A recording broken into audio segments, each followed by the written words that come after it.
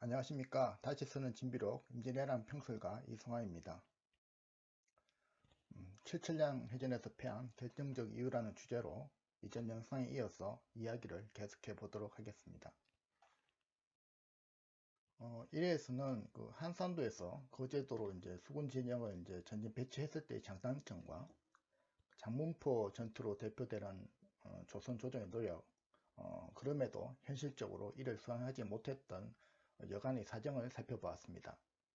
이번 회에서는 이런 상황 속에서 수군이 한산도에서 출진하여 이제 부산으로 도해하는 일본군을 이제 섬멸하기 위해서 당시 이제 조선 조정과 수륙 양군의 수대부에서 오고 간 논의 과정과 이후에 이제 최종 수립된 작전안에 대해서 살펴보도록 하겠습니다. 조선이 이제 수군 본영을 한산도에 이제 그대로 이제 유지하고 있는 상황에서 1597년 1월경에 이제 가토기요마사가 이제 대한해협을 이제 도해해서 이제 조선에 들어오고 이런 사실을 이제 사전에 이제 알고 있었으면서도 이제 결과적으로 이제 조선 수군이 이를 차단하지 못하는 상황이 발생합니다. 이 사건으로 이제 많은 분들이 아시다시피 이제 이순신이 이제 해임되고 이제 원균이 통제사라고 이제 부임하게 되죠.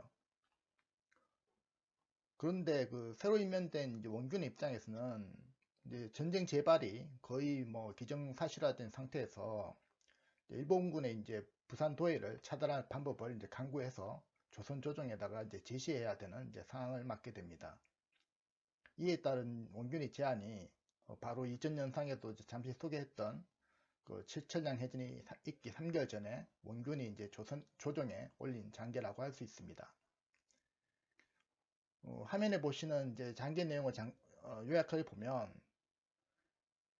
수군이 부산으로 나가기 위해서는 그 길목에 있는 이제 안골포와 가덕도 등의 이제 일본군을 섬멸해야 하니까 조정이 그 도원수 권율에게 명해서 육군이 이들을 선제 공격하여 격퇴해 달라는 것으로 요약할 수 있습니다. 원균의 이런 요청에 한 달 정도 지난 5월 초경에 권율의 검토 내용이 담긴 비밀장계 한 통이 이제 조정에 올라오게 됩니다. 도원수가 비밀장계 한 통을 올렸다. 그 내용은 대강 그 안골포와 가덕도의 적세가 고달한 것은 원균이 말한 바와 같으나 섣불리 싸우는 것은 옳지 않다는 내용이었다.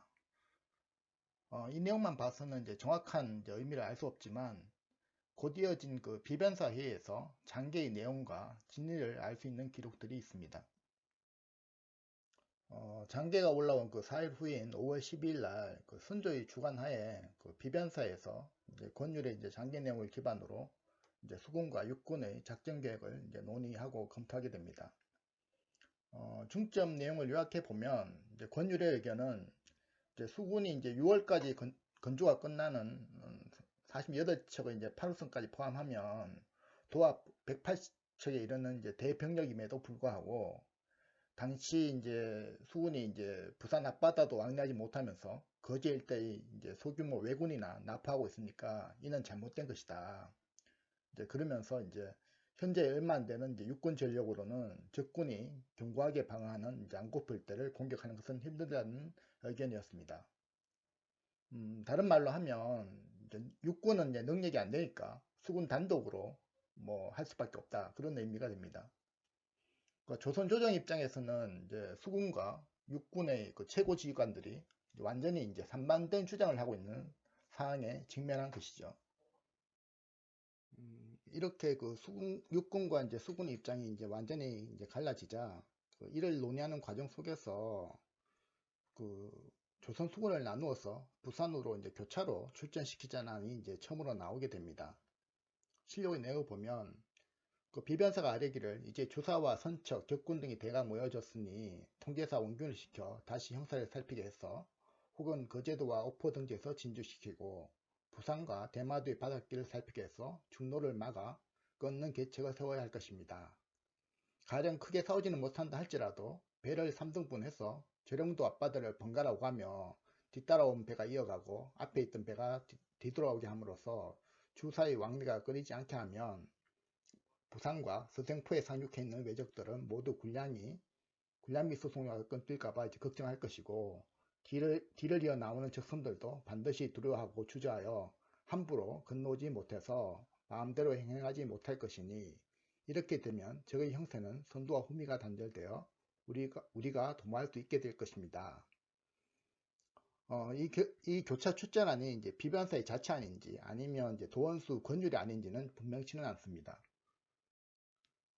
그러나 이 안은 당시 이제 3도 제차사였던 이제 이원희까지 이 의견에 이제 찬성하면서 사실상 조정의 최종안으로 이제 채택이 되게 되고 수군의 단독 출진을 명령하게 됩니다. 그런데 이런 조정의 명령에 원균이 이제 사실상 불보복하면서 이제 출전을 이제 차일피일 미룬 전황의 기록들이 여럿 남아 있습니다. 화면에 보시는 내용은 이제 권율이 6월 18일에 있었던 이제 원균의 일자 출전 사항을 이제 장계로 이제 보고한 내용인데요. 이제 원균이 이제 출전을 이제 계속 이제 미루니까 이원익이 3차례나 군관을 보내어 이제 재촉하였고, 이에도 이제 이행하지 않자 종사관 남이공을 이제 직접 이제 한산도로 파견해서 이제 도척하니까 이제 어쩔 수 없이 이제 출전하였다고 하면서, 이는 이제 남이공의 힘이지 원균의 마음이 아니다라고 이제 보고하고 있습니다. 실제 이러한 사실은 이원익 본인의 장계에서도 이제 확인해 볼 수 있습니다. 신의 종사관 남이공으로 하여금 한산도로 달려가 신구의 전선을 모두 합쳐 절반은 이제 한산도 등에 머물러 있고 반은 이제 운도 등처에 향해 출몰하게 하였습니다. 여기서 보면 이제 이원익은 이제 수군을 2개로 나누어 교차 출전할 것을 지시하고 있습니다. 결국 원균은 6월 18일 날 함선 이제 100여 척을 이제 동원해서 이제 한산도에서 이제 출전하는데, 19일 하루 동안 양골포와 가덕도 일대에서 이제 일부 이제 교전만 하다가 당일 저녁에 이제 바로 철수해 버립니다. 다분히 부산 근처에도 가보지 않은 보여주기식 출전이었음을 유추해 볼 수 있습니다. 이 당시에 수군만의 이제 단독 작전과 이제 교차 출전하는 방식에 대해서 이제 원균을 비롯한 이제 수군 지휘부 모두가 이제 이에 불복하고 이를 받아들일 수 없다는 이제 행동을 취합니다. 원균은 이제 일자 출전 이전부터 이제 조정에다가 장계를 이제 거듭 올려서 이제 부산 출전에 이제 불가한가 이제 재고를 요청하면서 수륙 협공을 다시 이제 건의하기도 하고, 이혁기 등을 비롯한 이제 수군 지휘부도 이를 따를 수 없다며 이제 항명하는 사태까지 발생합니다.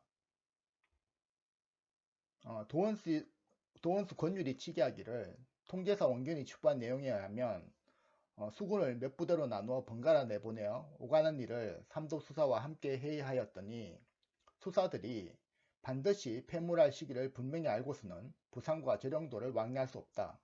장수가 밖에 있을 때는 임금의 명령도 받지 않는다고 하니 어리석고 용렬한 통제사로서는 어떻게 조치할 수가 없다 하였습니다.